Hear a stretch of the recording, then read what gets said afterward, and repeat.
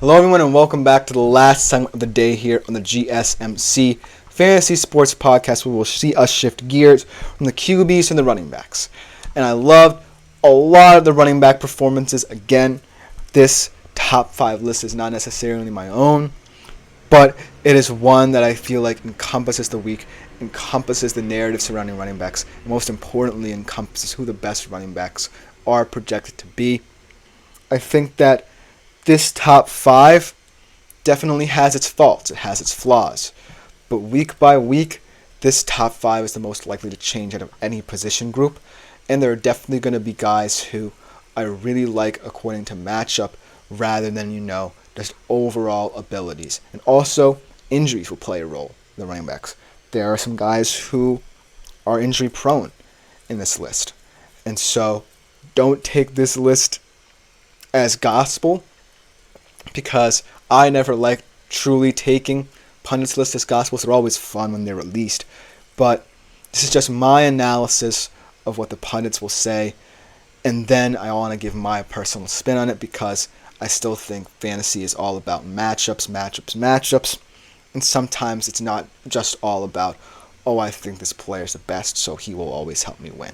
With that being said, let's get into the top 5 according to pundits in terms of running back rankings and my personal analysis of them. Coming in number 5 is a guy who I'm still expecting big things out of. Has an opportunity this week to have a big game. I think he could. I think he will be a huge asset to this offense going forward, especially as Anthony Richardson really tries to develop as a true pro-ready quarterback, and that is Jonathan Taylor. Now, against the Texans, didn't really have much going for him. He only had 16.8 fantasy points, 16 carries, 48 yards, 1 touchdown. And it is kind of disappointing for someone who was expected to be a leader in this offense to have that kind of output. But at the end of the day, Jonathan Taylor just feels like a guy who, will eventually get to the point where he's a huge help to Anthony Richardson. Right now, this was Richardson's first game back. They're kind of unfamiliar with each other, to be honest with you, Anthony Richardson and Jonathan Taylor. So maybe Anthony Richardson wanted to kind of show what he can do as a vertical threat, and he definitely showed it on some throws in this game. But at the end of the day, Jonathan Taylor will get his opportunities. This stat line is not indicative of what I think Jonathan Taylor is. He's certainly a guy who actually, in my opinion, still gets underrated a little bit in fantasy, just because a lot of people expect the most out of him and he doesn't necessarily produce, and so they kind of say good riddance to him. But he's someone who I still think is going to be a guy to look out for.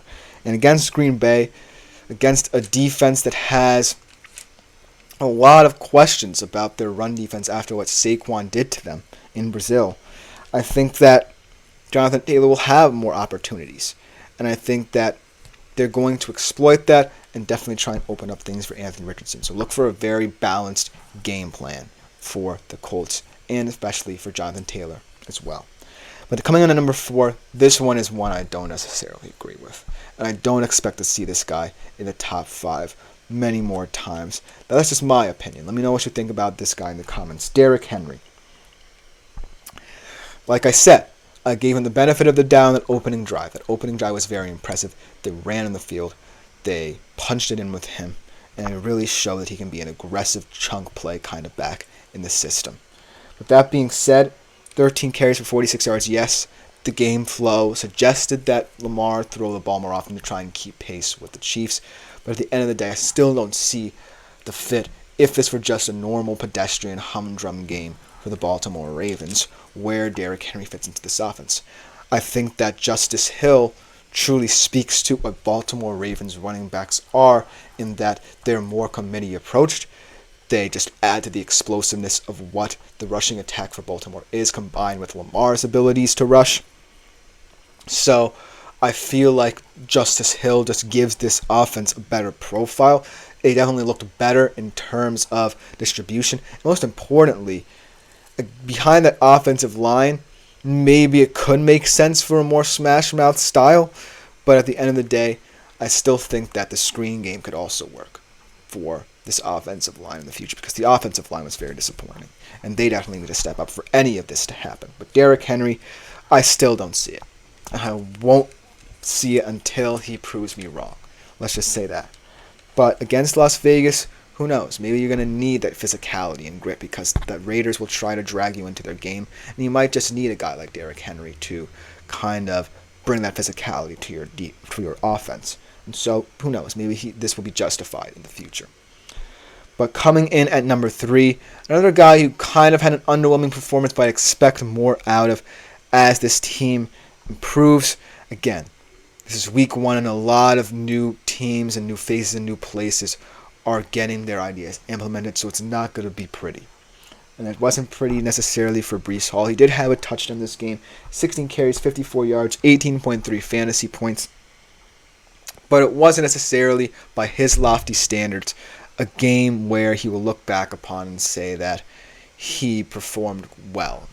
I mean, this is more an indictment of how the running game, the offensive line played in the running game versus the passing game, because I was shocked in the passing game they held up so well against that 49ers defensive front. In the run game, it was kind of a different story. And so I need to see this offensive line improve. This is not an indictment of Breece Hall by any means, because he will find ways to get yards, will find ways to make explosive plays for this offense. But it's kind of a concern. Against the Titans, it should be a bit easier. Maybe T'Vondre Sweat will be a big X factor in trying to stop the run. He will definitely have a say in this game, in my opinion. Hook 'em horns. But, had to throw that in there. But at the end of the day, Breece Hall is just a guy who you expect to be there and thereabouts. And week by week, as this Jets offense gets more comfortable, as the offensive line, obviously with 3 new additions to it, gets more comfortable, then you can start to see this team improve week by week, and Breece Hall get more touches, and more touches where he's allowed to make explosive plays down the field. Coming in number 2, Christian McCaffrey. Let's talk about this situation. I still don't know what's wrong. I still don't know if he will play this weekend or how long he could be out. Nobody knows. It's definitely up in the air. That's why I said earlier in the show about Jordan Mason, keep him. Keep him and use him as leverage so that when, Christian McCaffrey comes back, you can fleece someone. But Christian McCaffrey, once he comes back, he's one of the biggest X factors for this team. And if what Kyle Shanahan did last night translates to the rest of the season, then expect Christian McCaffrey to put up big numbers in this offense. And even if he doesn't necessarily stick with that game plan, maybe he just wanted to use an element of surprise against the Jets. Even if he doesn't implement this game plan, Christian McCaffrey will still have big plays in this offense. 21 touchdowns in this offense last year. Most yards from scrimmage last year as well. So Christian McCaffrey, when he's healthy, is either a 2 or 1. But number 1 this week, and I'm not mad at this ranking, has to go to Saquon Barkley. For what he did internationally in Brazil with his new team, perfect fit for this offense. Unlike Derrick Henry, I see this as a perfect fit. It alleviates the burden on Jalen Hurts. We saw it a little bit in this game. Still a little bit of chinks in the armor there, but Saquon definitely adds a versatility to the Philadelphia Eagles. And once they figure it out, look out for them as a threat. Because Saquon, he also has his injury history, but when he's healthy, he can pay dividends in any offense in the NFL. That's how explosive he is. That will just about do it for the show. Let me know what you think in the comments. But that will just about do it for, like I said, for this segment. This has been the GSMC Fantasy Sports Podcast, brought to you as always by the GSMC Sports Network. I've been Christopher Shepard. Thank you all for tuning in. Remember to like, follow, and subscribe to the show. Continue using the Super Chat, Super Things, and Super Feature stickers to interact with the show as we are now live. But this has been the GSMC Fantasy Sports Podcast. I've been Christopher Shepard. I am out. We'll be back tomorrow at 3:30 p.m. Eastern for yet another edition. Thank you all.